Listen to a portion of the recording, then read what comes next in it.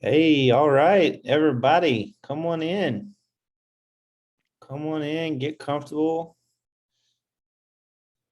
get settled in. We've been starting, this is our third one in this series, and it's been great. I have learned something every time, and this one obviously is going to be no exception. We've been starting this out in a very fun way. Just to get comfortable with using the chat. We're going to be using the chat quite a bit today. That's where we're going to put our questions. If you have questions for the presenters, or if you have questions for us at Trifera, we're going to be using the chat for all that. So to get everybody familiar with that and get a little practice. So why don't you just open up the chat and give us a chat in there and tell us where you're viewing this webinar from. We get to see. Oh, look at that, Rebecca from New York. Human Minneapolis, Kate. Anna, that's funny. I see some Trifera folks coming in. Good to see you guys. Bridget, nice to see you. There's Aaron. I've got a fun one.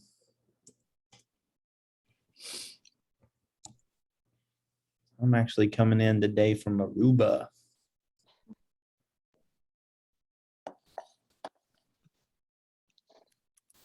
That's funny. Oklahoma, Tiffany. Oh, hey, Tiffany. I think we met, didn't we? I feel like we met at the show last week or so, didn't we? Yeah, okay. All right. I'm sure there's more than one Tiffany in Oklahoma, but you're the one I remember. Hey, Thomas. Oh, he's in the waiting room. He's coming in, I'm sure. You guys, we're going to have a lot of fun today. We're going to learn so much. Erin is such a great presenter. She's very talented. She knows her stuff. I know it just turned 3 o'clock Eastern time, so we've got a few more people that are going to be drifting in. I want to get started close to on time if we can. This is such an interesting topic for me because I know we've been in agreement about this in the education industry for years about how important coding and robotics are, specifically coding, but also in robotics too, about how many STEM careers there are and they're opening up. And, this used to be something that we thought of as being something that was very reserved for people that wanted to be software engineers. We should win this. Software engineers or something like that. And that is shifting, I think, quite a bit. I think that we are finding opportunities to know and understand coding in so many different career fields. And the obvious question that follows onto something like that is, how do we engage every single learner? Is this something that has to be reserved for only our honors classes and our AP classes? I would hope not. We start, this is how innovation starts in education. We say, oh, okay, let's find a niche place where we can put this special program or something like that. And we are reminded just as often as possible that when we have opportunities like this, we need to make sure that they are accessible to every child in our classroom. That's the reason I'm so excited about Photon, so excited about the material that Erin has presented to us. So in case you're new, I feel like this is the third of 3 webinars that we've done in this series. So most of you are probably familiar with how we're going to do this, but just in case you're not, good news for you guys, we're bringing coffee. And at the end, we will be sending out a link that you can click and follow some things through your email and get registered, and not get registered, but sign up for your e-gift card from Starbucks. And so that's coming. We'll also do a little poll at the end to see if you have any questions that you want us to follow up with you. We'll do that at the end. And then for now, I think we're getting used to using the chat. I'm going to turn it over to Erin here in just a moment, and she's going to start her presentation. Erin does a really good job of watching the chat. And we also have Kate on to watch the chat as well. So as you have questions, don't wait till we open questions at the end. Of course, we will do that, but feel free to chime in. Use the chat feature, drop that question into the chat. I think we're all going to learn a lot from each other. Erin, if you're ready, I'm ready to turn it over to you, and we're going to learn a lot together. Awesome. Thank you so much and welcome everybody. And I'll tell you a little bit about my background, but ultimately just excited to have a conversation with you all. So there's not too many of us. If you want to come off mute at any point or share your ideas and what motivates you to be here today in the chat as well as we're having this conversation. So today, we're going to talk about how we can support and create opportunities for students with disabilities, and through this, ultimately creating greater accessibility and equity for any student that we serve using coding tools. So I'm joined today by my buddy, Photon the Robot, which I was I have a master's in special education, and I taught special education in Harlem, New York, in a Title I school. And my school was a 6 through 12 school. And I taught almost all grade levels at some point, but predominantly taught 11th and 12th grade students in an integrated co-teaching setting. Every single classroom in my school had integrated co-teaching as well as resource rooms and other types of services as well. And through that time as a special education teacher, just here serving and sharing ultimately all my passion on how we can create accessibility for students. And I think I didn't necessarily teach students that were classified as gifted and talented. I had students that were above grade level, and I had students that were maybe reading, although they're in the 11th grade, reading at a 3rd grade level, 4th grade level, up through 8th grade level. So all of these students in one room, being able to help them unlock their potential and create and define success as it's defined for them, instead of forcing them into opportunities where the majority of culture defines success, right? Not all students need to be able to write a 12-paragraph essay that is citing evidence. Those skills can be demonstrated in a variety of different ways and ultimately help students access those assessments that are more traditional and still required to graduate school. So as we dive into our time together, we're going to cover a ton of different topics. So for my students that I taught, I was a generalist special education teacher. So what that means is I predominantly taught students who had, I could teach students that had all different types of disabilities, but most of my students had learning differences, emotional disturbances, PTSD, and some with visual and hearing impairments as well. So today, we want to be able to speak to any student with a learning difference or any type of difference, including how coding can support them. So we're going to speak specifically about how we can use hands-on activities with the coding robot, how we can support social emotional skills and joint attention, how we can help students refine and develop and practice their fine motor control, their visual and ocular skills, in addition to this conversation. And I get incredibly passionate and excited about this topic. So as I'm sharing my ideas, for me, what is so powerful is to hear why you're here and what motivates you in this discussion as well. So let's start off our conversation by sharing in the chat, what has motivated you to join today's webinar? You can share in the chat, but you're always welcome to come off mute as well. I like to hear your voices if you're comfortable. So what motivated you to join today's webinar? And I know we have amazing coffee opportunities and here to connect with the community as well. So what is your motivator? Yep, coffee. Absolutely. Another opportunity to learn how to reach even more learners and the coffee. Absolutely. Absolutely no shame. Everybody deserves coffee, and that is amazing. What else are your motivators? And I love asking this question. So if you've been on any of the past webinars with me as well, this is a really important question for me because I can share my expertise and my experience, but what really creates a dynamic conversation with you all is understanding a little bit more about your backgrounds as well, and that will help tailor the conversation. As you reflect on what's motivated you to join today's webinar, another question I have for you all to consider and share as well is, tell me about the students you serve. Whether you're joining today as an IT director, who are the students that you are serving? As a teacher, as an administrator, as a parent, whoever you are today. And I see in the chat as well, we have a number of students with special education needs, and we utilize significant amount of technology. Director of Tech. Hi.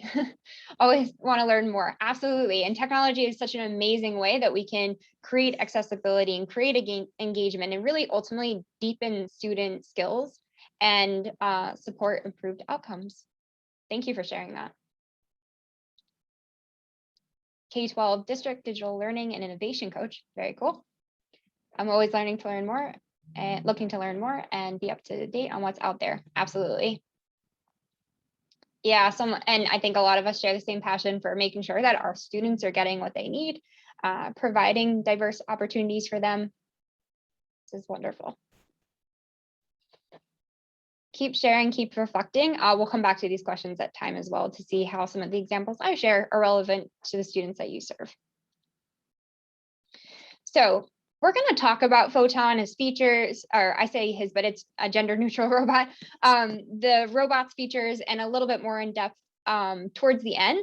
But we're just going to do a brief introduction. So I mentioned this is Photon, the coding robot. So Photon is a robot that connects to software that you can code at different levels, from as beginner as driving Photon like a remote control car, up through Python coding. So here on the screen, you see it says Photon grows with you. And that is so true for this robot. I could be a preschooler using this robot and a senior in high school using advanced coding and building my skills. And I could have learned this robot or use this robot in my education every single year, or I might be able to pick it up one year to the next. So it's important to know that Photon really can be integrated into any curriculum. And not only that it can be integrated into any curriculum, but I did not code or know anything about coding before I touched the Photon robot. And the thing about that is, just like a preschooler could pick up the robot and begin at one of the more foundational levels to be able to learn how to use coding in the robot, it's the same way I learned. It actually helped me learn along with my students by starting at where they were and working through the different levels to build my understanding of how coding works. For me, coding was, I don't know if it was because I was maybe told in my education that I wasn't a math student or something like that, but this type of work was really scary for me. And once I start to be able to use and feel confident and realize that I really can do coding, it was so empowering for me to really feel like, I'm not a math person. I am a math person, or I am a science or STEM person. So I want to be able to help give that experience to my students and have them have that empowering moment where they can really think about who they are, what their character skills are, what their who they want to be in their life, and not be pigeonholed into certain boxes. So with that minimal background about Photon, let's see some really concrete examples of how we can actually use Photon in the context of providing students with greater opportunities for accessibility.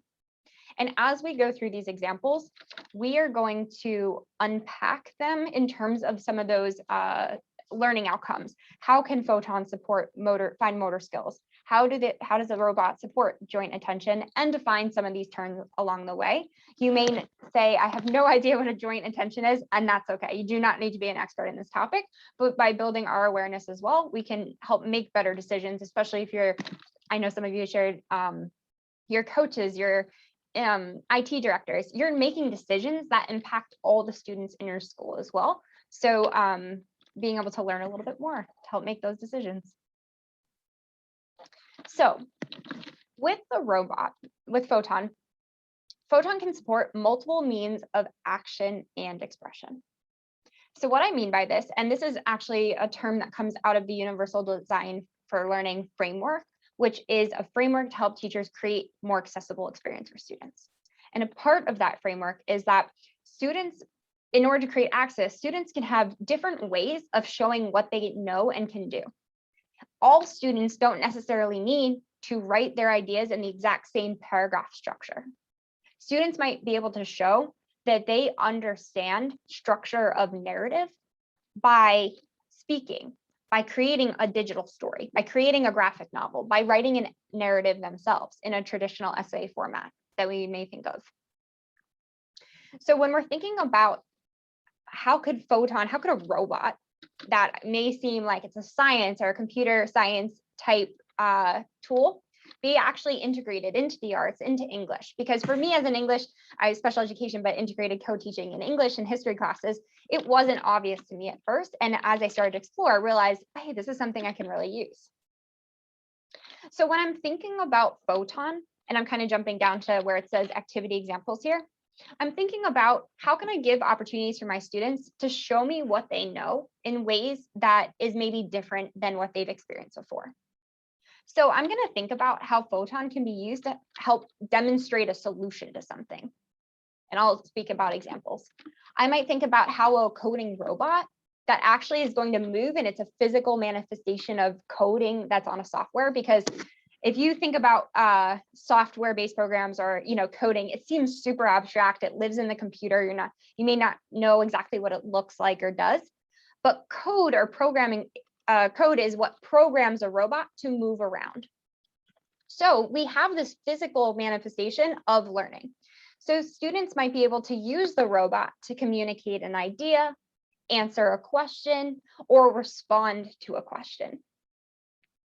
Because coding is sequential, it's taking smaller parts and putting them together to make something that's logical or sequential. Students could demonstrate how they follow a sequence.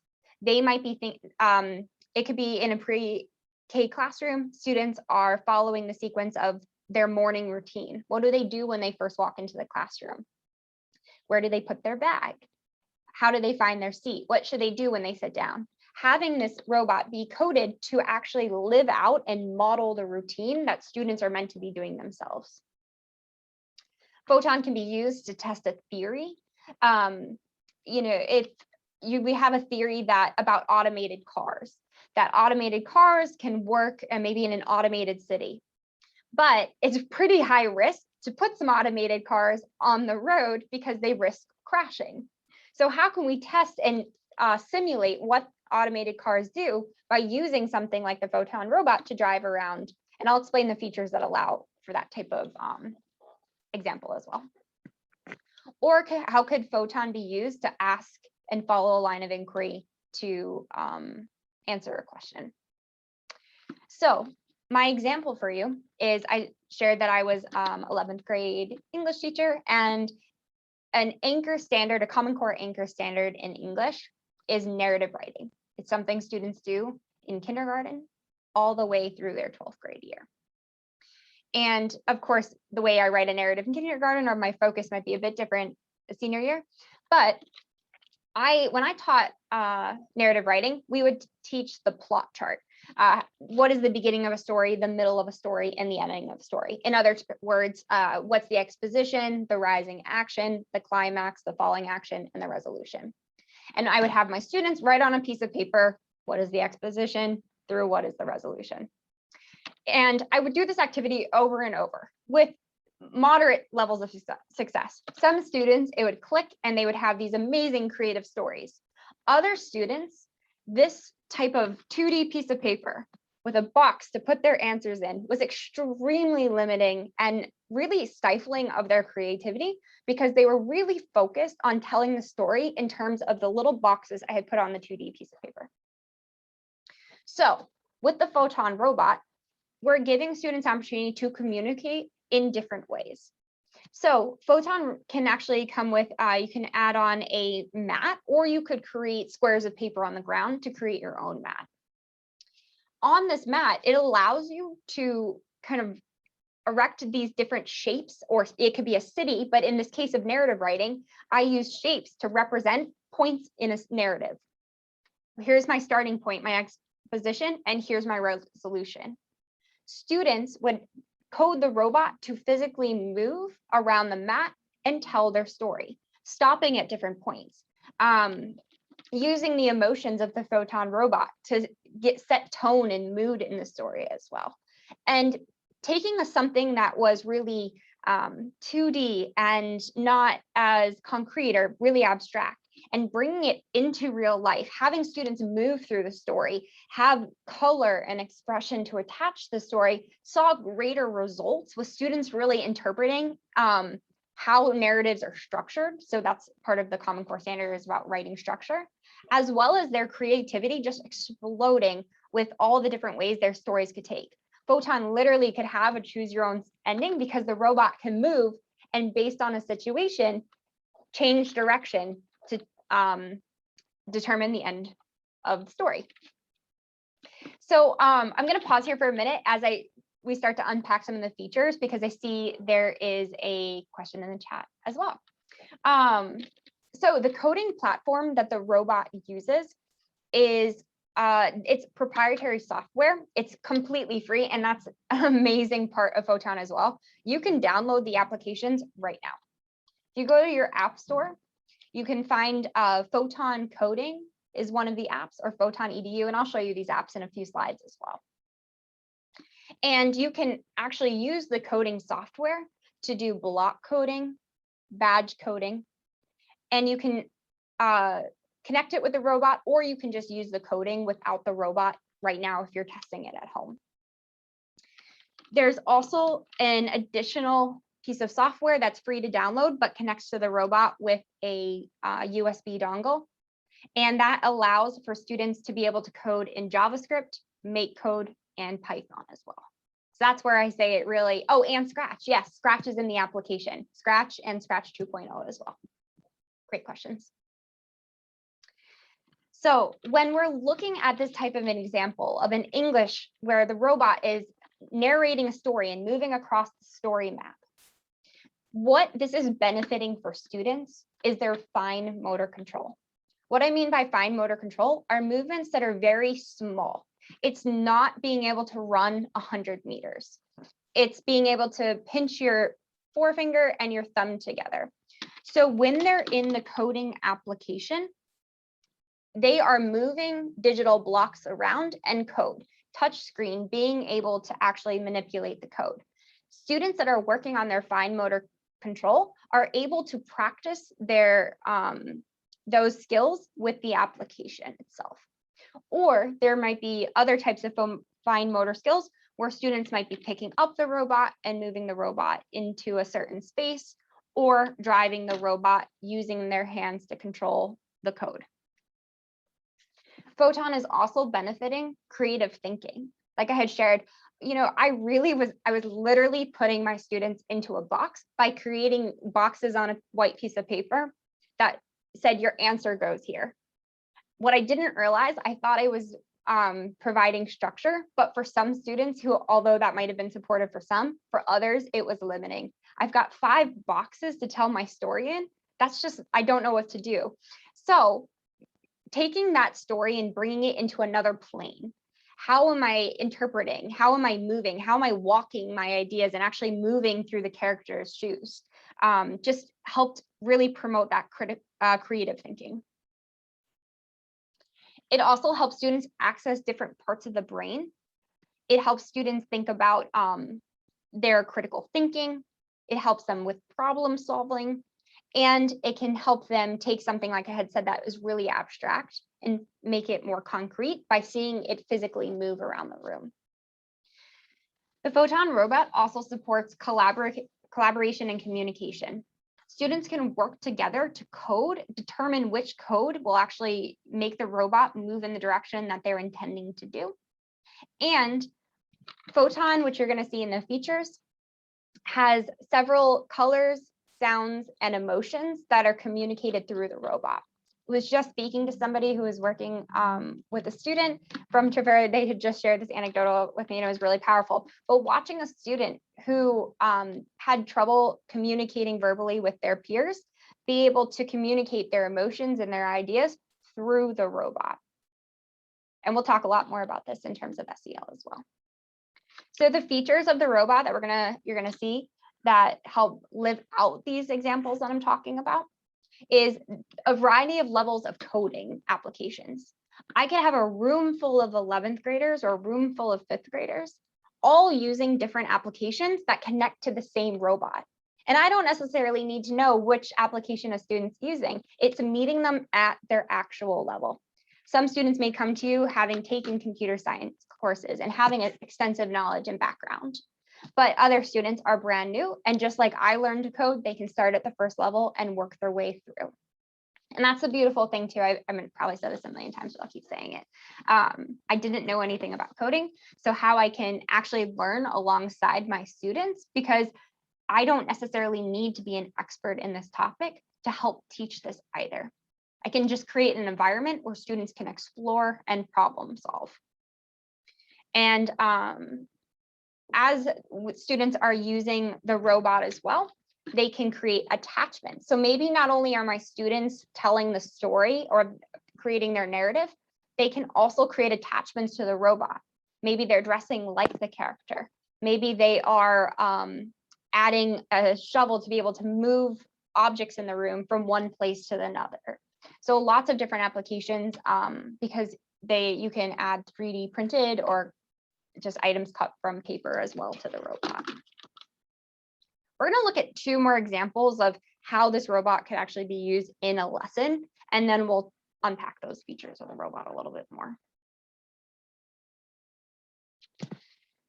So physical skill development is really supported through the integration of coding in a robot in the classroom as well. So students are able to work on their fine motor skills, which I mentioned, that idea of small movements that they're using and working to build their muscle and relation of how their muscles and bones are able to create action. So here's a small sample of one of the coding applications. This is called block coding. It's kind of like the idea of taking blocks that snap together, and when you hit the play button, they create a logical sequence, or they program the robot to do something. These are blocks, just like you would put Legos together or other blocks that connect. These blocks are dragged across the screen and reattached.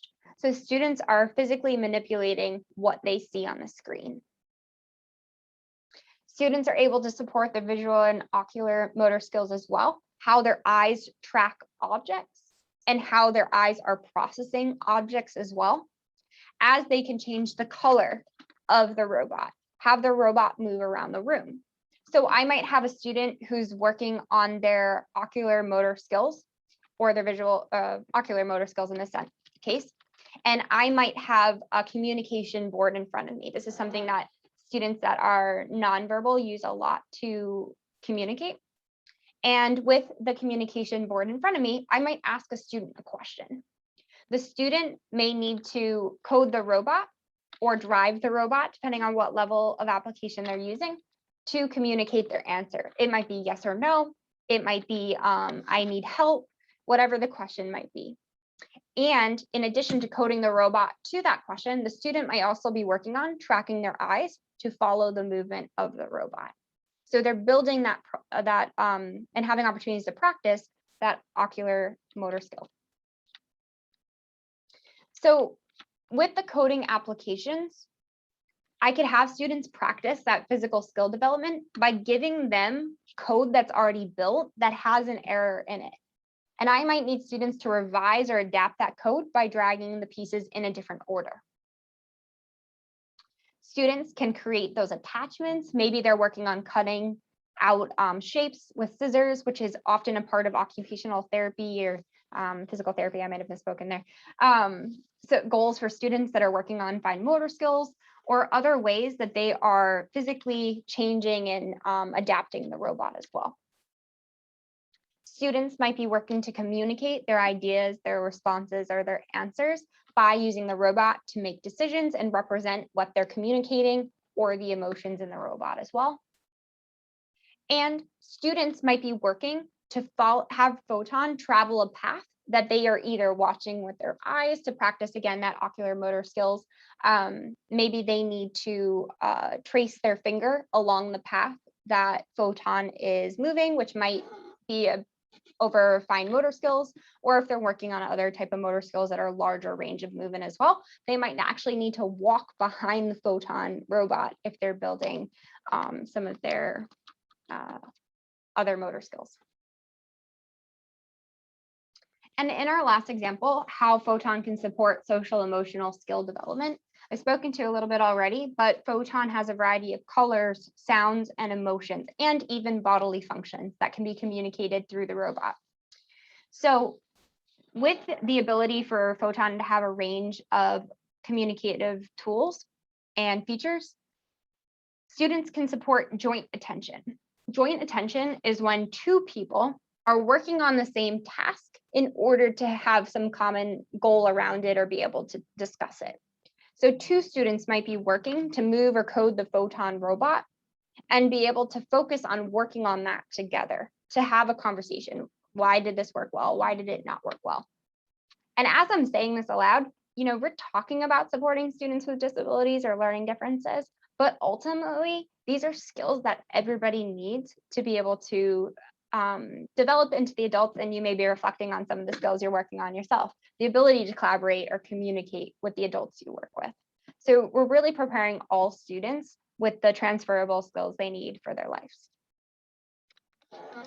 And some other skills is co-regulation, identify and regulate emotions. So how students are processing and managing their emotions, which is part of the social emotional skill development. I know that's something I work on as an adult as well. So I feel that same way too. Supporting students' reflection, especially with emotions. You just went through this test. How does that make you feel? Maybe my test wasn't on coding the robot, but I'm processing my emotions by identifying from the variety of types of emotions that Photon can express, which ones I'm feeling right now. I had recently, I was reading a book and they talked about, I think, emotional literacy and how there's, I think over like 200 emotions that are identified or named. And to be emotionally literate, you are meant to be able to identify or name a nice, I can't give you the exact number, but a good chunk of those emotions. And I was reflecting and thinking about, when I'm feeling angry or agitated, how many different words do I have to actually help express that?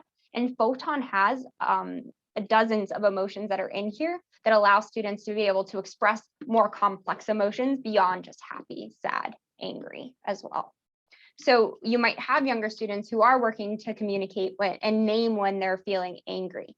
But as they get to the high school, they may be able to express, I'm anxious, I'm feeling uncomfortable, I'm feeling unsure, emotions that are developmentally appropriate for them. This also ties really well into zones of regulation, which might be a social emotional support that either guidance counselors are using or other people are using, teachers are using with their students or deans perhaps.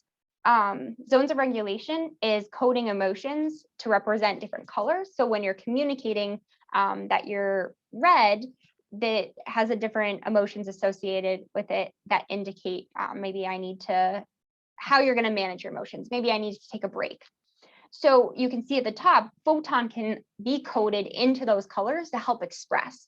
I had a student who would often feel upset or frustrated, and I did not recognize when that student was upset or frustrated because that student expressed it a little bit differently than I was able to recognize. So my student and I had come up with a code for how she was comfortable for telling me that she was upset. So I could better recognize it. She was more comfortable communicating it, and I was able to hopefully better support that student as well. So I could better understand that student's emotion. And with that as well, Photon, I had mentioned already the ability to collaborate on programs. Students can all work within their applications. It's cloud-based, be able to compare and contrast and ultimately land on a singular code that they could use to demonstrate their answer with the robot. It also can be helpful for practicing making decisions, whether it's a photon driving up to an answer like yes or no I had shared, or more complex like using if or conditional statements or other types of loops, for example, that they could be using to help make their decisions. So we've kind of talked about some of these examples of the way Photon could be used in the classroom to support accessibility, specifically on multiple means of action and expression, how students are able to demonstrate their learning in different ways. It may not always look like the same as every other student in the room, but providing opportunities for students to try hands-on tactile activities, visual activities, audio activities, written, reading, speaking activities as well.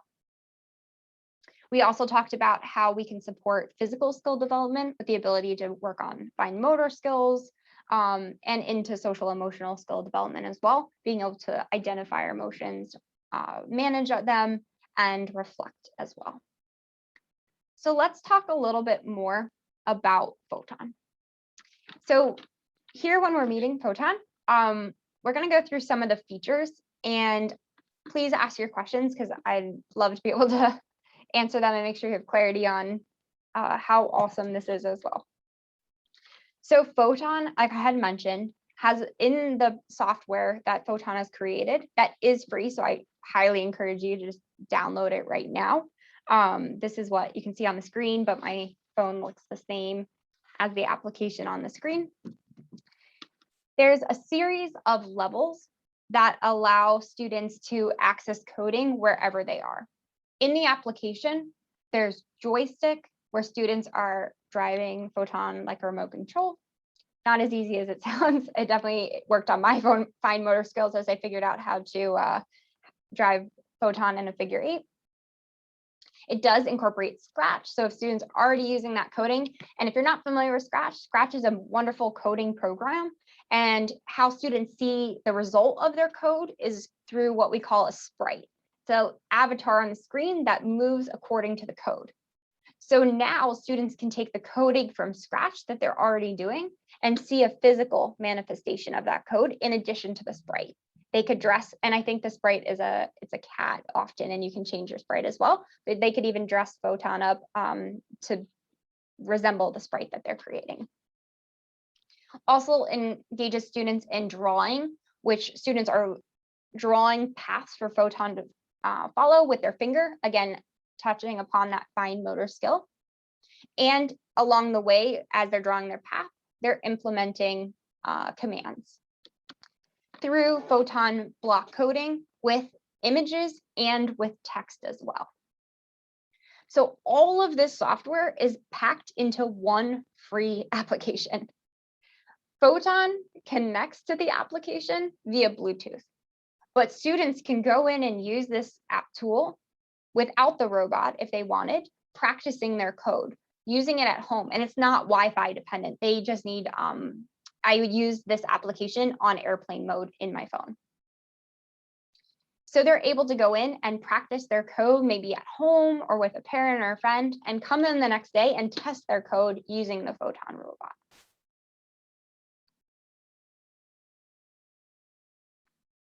So here's an example of how all these different applications can really grow with a student over time. A student in PK or kindergarten might be using the joystick or working on their draw. And every year as they're advancing through their curriculum, they may be building on using a different application or multiple applications within 1 year. With the Photon Robot software integrating with, again, MakeCode, JavaScript, and Python. So would love to hear from you all as well. If you're already using, if your students are exposed to any of this type of coding, whether it's block coding, Scratch, Python, JavaScript, I'd like to hear from you all as well. So that's a great question. Should we download Photon Coding or Photon EDU? I like both. The difference between these applications, and see, I think I have a slide here, is that Photon EDU actually has logins associated with it, free logins. So what teachers can do is have students save their work, and teachers can actually push out activities to the student. Maybe I create code that has a bug in it or it's not correct. I could push that out to my students' devices and have them work to debug that code. Photon Coding is very similar. Everything that Photon EDU has, Photon Coding has as well, except for Photon EDU has the more teacher control with the logins and being able to push activities out. Photon Coding is what I'm showing you on the screen here. This is very much like a sandbox. You can select any application that you're looking to use and work through the different levels. So this is a really great way to start exploring all that Photon has to offer.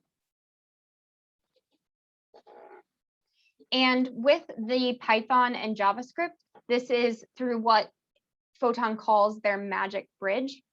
It's software that's downloaded, and a USB dongle allows that software that is on the computer to connect to the robot. With that software, I can actually connect more than one robot at a time as well. So I could have a whole city of photons working together and interacting with each other. Some other programming that you may be already using or looking to use that integrates with Photon software is Makey Makey, Google Blockly, Apple Swift Playgrounds, interactive boards. So if you have a smart board or an Epson, this code can be displayed like the image shows, and having students physically move that coding around or working together, as well as interactive floors as well. The only time I've used an interactive floor is in the mall, but if anybody is fortunate to have one of those interactive floors in their classroom, it does integrate with the software as well, compatible with the software. And that's something I'm always looking for when I'm thinking about what is the tool that's really going to support my students. I want it to be accessible, and part of that accessibility is device accessibility. Yeah, so, and a great question, I'm just pausing to read the questions that are coming through. Do you have any additional suggestions for how Photon Robot or Photon EDU can be used in kindergarten with teaching sight words, story elements, or reading stories? Yeah, absolutely. And I'm just going to go ahead and skip a few slides, and I'll go back to kits. So again, when we're thinking about the potential of Photon, I really like to think about how the robot helps students do or demonstrate different skills, whether I'm communicating, making a decision, asking a question. So when it comes to teaching sight words, students you might ask them to read the word out loud. They might need to code the photon to indicate a different color. I think if you do any kind of Montessori teaching, or I know other ones use this where you code consonants or vowels with red or blue, potentially, you can have the Photon robot color code the different sounds or the different words as well, depending on the type of word. The robot can actually be coded to move right to the student's answer is another way. I really love stories. In this image here, you can see this is an example of Photon Story Map. You could create your own, but they have story maps that are pre-created and really, and they actually have blank maps too that help the photon travel around it. But this one that's behind here, there's scenes set up, whether it's an enchanted forest, a farm, a cityscape, having students be able to work on telling stories, or whether they're creating it or summarizing what they heard. And I know that's a big skill as well. So if you've just gone through story time with students, how can students, if you have the different scenes of a story, how could students put the scenes in the correct order and summarize as they have the robot travel through those examples?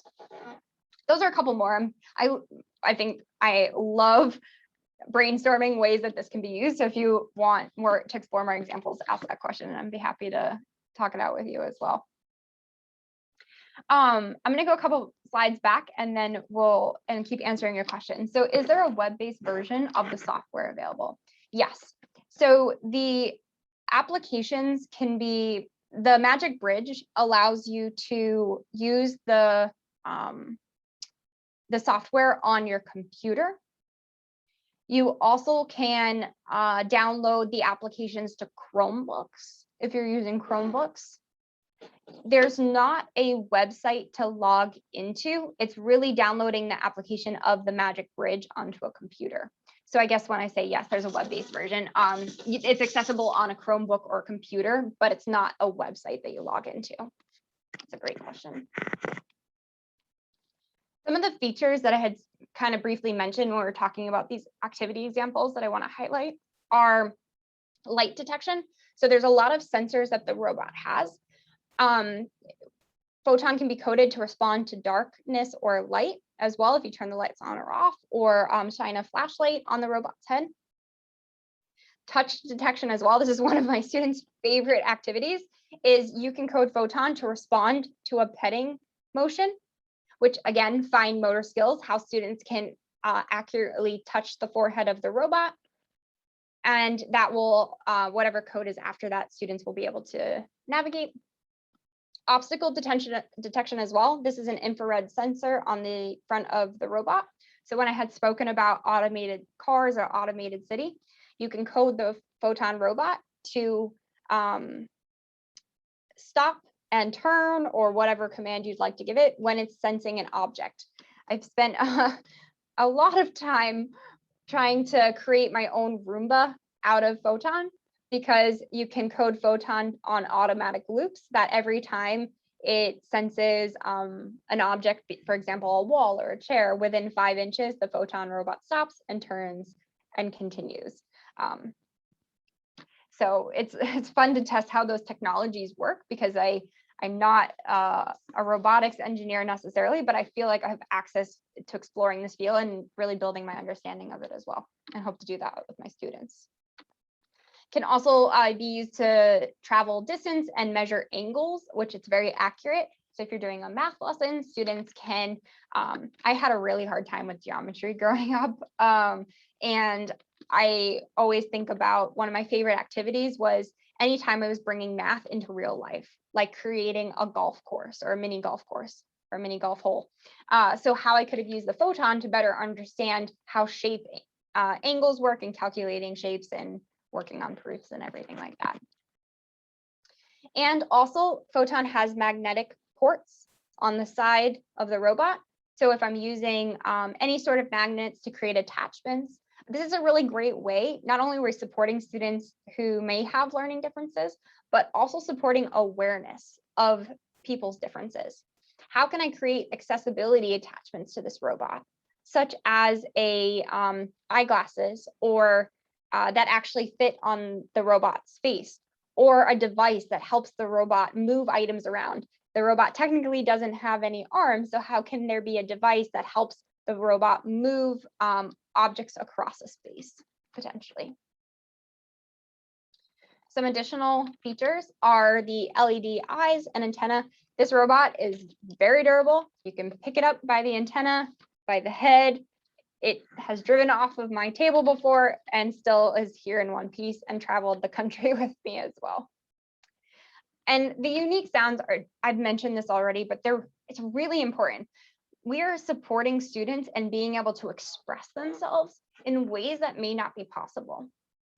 So some students, again, may be working to express sadness or anger or happiness, as well as how many different sounds, even bodily functions, like I had mentioned in here, supporting students in communicating complex emotions that are difficult to process.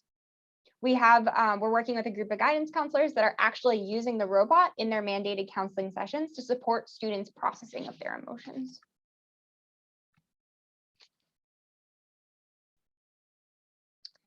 I mentioned the robot is incredibly durable, easy to clean, which is great in a pandemic time. A simple wipe down, or being able to have students use their own devices and not necessarily even having to touch the robot.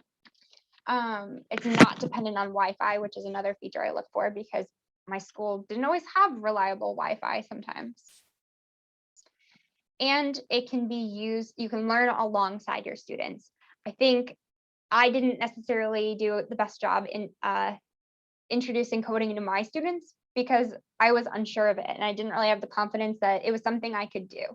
But as I began to explore, I realized this is so worth my students. I want them to have the opportunity and not kind of be limited by my needing to be an expert in the topic, because that just wasn't needed. They could learn right alongside me. And if you have students that are working on special education goals, or students that are needing support, additional support, Photon provides a special education kit, which is amazing. Comes with 50 lesson planner activities that you can use over and over again. They are high leverage. You can use them more than one time with any students working on different goals. And there's a particular number of these lessons that are designed to support students with autism specifically, researched and designed by people who are experts in the field of supporting students with autism.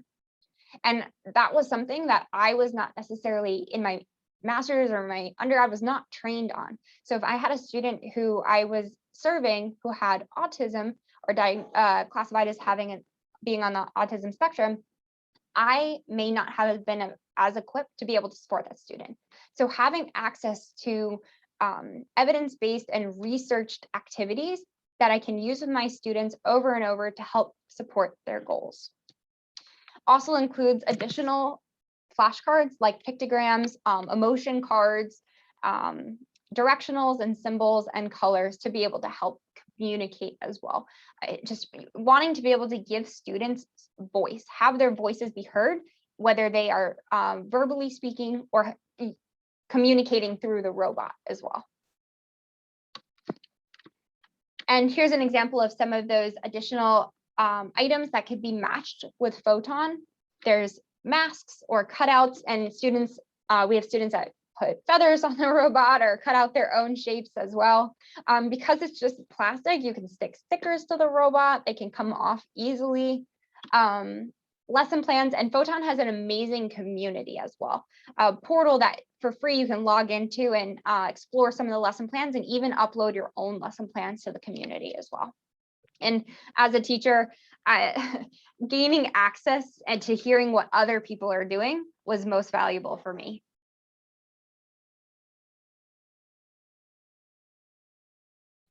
Excuse me. So we're nearing the end of our presentation. And some things that you might do next to kind of take this information with you, especially while you're enjoying your coffee, is think about how can you support accessibility and equity with your students? What are their needs? Some of the points I touched upon today were around fine motor skills, social emotional skills, and supporting them demonstrating their learning in multiple means or of action and expression. So really considering what are your students' needs and how does this product or other products relate to it? We have a wonderful Facebook group, an amazing community. I can tell you all are super motivated to join communities because you're here today. So keep that going, connect with people, hear how they're supporting their students. You can learn more about professional development related to coding and the robot and students with learning differences at Trifera's website. And you may also be interested in requesting a demo. So I can put this link in the chat as well.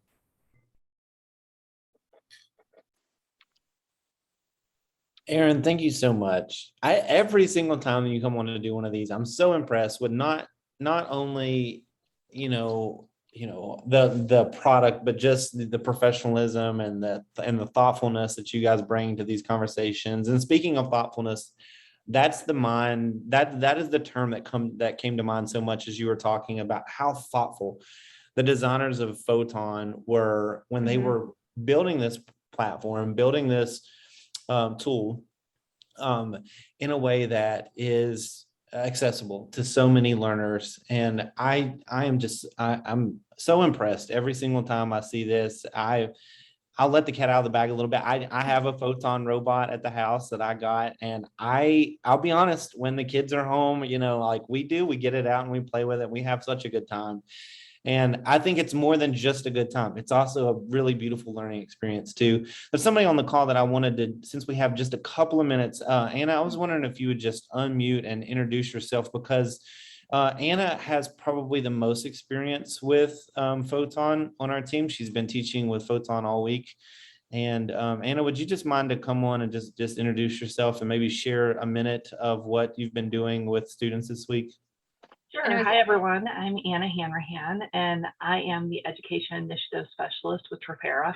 And I have actually been in our local elementary school all week, working with a second grade classroom and a sixth grade classroom with the Photon robots. And prior to this year, I was the STEM and robotics teacher for K through 6 as well. So I really wanted to get in and get hands-on and just kind of see what robotics was, what the Photon was all about. And I mean, I've just been blown away by it. We have had so much fun with it, and it has just been such an excellent learning tool throughout this week. We really focused a lot on the SEL component of it that Aaron touched on earlier. We worked with the colors and the sounds to express feelings and emotions. I was telling Aaron earlier before the meeting started that there was a little boy in one of the classrooms that has apraxia of speech. And he is extremely hard to understand. And he just took to these photons like a fish out of water. I mean, he was able to use that to communicate just like everybody else could, when they were learning how to code and work with these different components of the photon. So it was really rewarding and very educational, even for me, being in the classroom with these students and working with these photons. So I am here to talk more about this. And if you want any more information about Photon or any other offerings that Eduscape has, I'm going to drop my email in the chat right now. And feel free to reach out at any point if you need any more information about any of this. Awesome. Thank you both so much. I'm You going to guys- chime in with Yeah, just one yeah, of the go for it, questions Kate. that, Yeah. that came through on the chat. This is from Jenny. She said, can one Photon robot be bought and used by multiple students using the programs that are available, or is it suggested to have more than one? That's a great question. And you can absolutely use one robot because each student could be using their own applications on their own devices or in small groups. And then they can take turns connecting the robot with Bluetooth connectivity to the application to see how that code works. There's a lot of value in students practicing the code, and the added value of the robot is seeing their code in real life. So that absolutely can be done. And there's a lot of people that are using that. And then also, as you see it in practice, I'm pretty confident that you'll see how valuable it is and be able to help the decision makers in your building realize the value, the instructional value of this tool for students. And that example you shared, Anna, is so powerful to me. And Marcy, my colleague, had just shared another example of a student who Marcy was in a school, and the student just asked if they could use the robot and just started using it and coding. And this was a student that was identified as having behavioral challenges and actually had staggered instruction, or they were not coming into school at the same time as other students because of the work that they needed to do. Too many times when I think back to my students, it's easy to put students in different boxes, or when you're really focused on the things they need to work on, we can often lose sight of how all the different wonderful positive attributes they have and strengths they have, and how those strengths can actually support their areas of growth as well. So I think it was just such an eye-opener for me, thinking about how we want to, being able to provide all the opportunities to our students, bring out and unlock that potential they have, no matter who they are. So Yeah, I love that, Aaron. I love that. I'm watching the poll. I know that you guys are probably noticing the poll is up right now. I'm able to see the data as it's coming in. I'm so encouraged by this. Every single time we do one of these, I come away feeling energized and charged to go make a difference. I do feel like this is a call to action for a lot of us, and I feel like we've learned a lot together. And I just want to one more time just tell everyone how much I appreciate what we're doing. We're building a community here, and I can sense that in so many ways. And I always tell people, we're going to change the world. That's not hyperbole. We are going to change the world, and we're going to do it through in engaging with one student at a time. And this is just such a beautiful way to do that. So again, thank you all for coming. Make sure you fill out that poll, the poll exit survey as you're leaving. Thank you all so much. Enjoy the rest of your day. Let's go do something awesome together. thanks, everyone.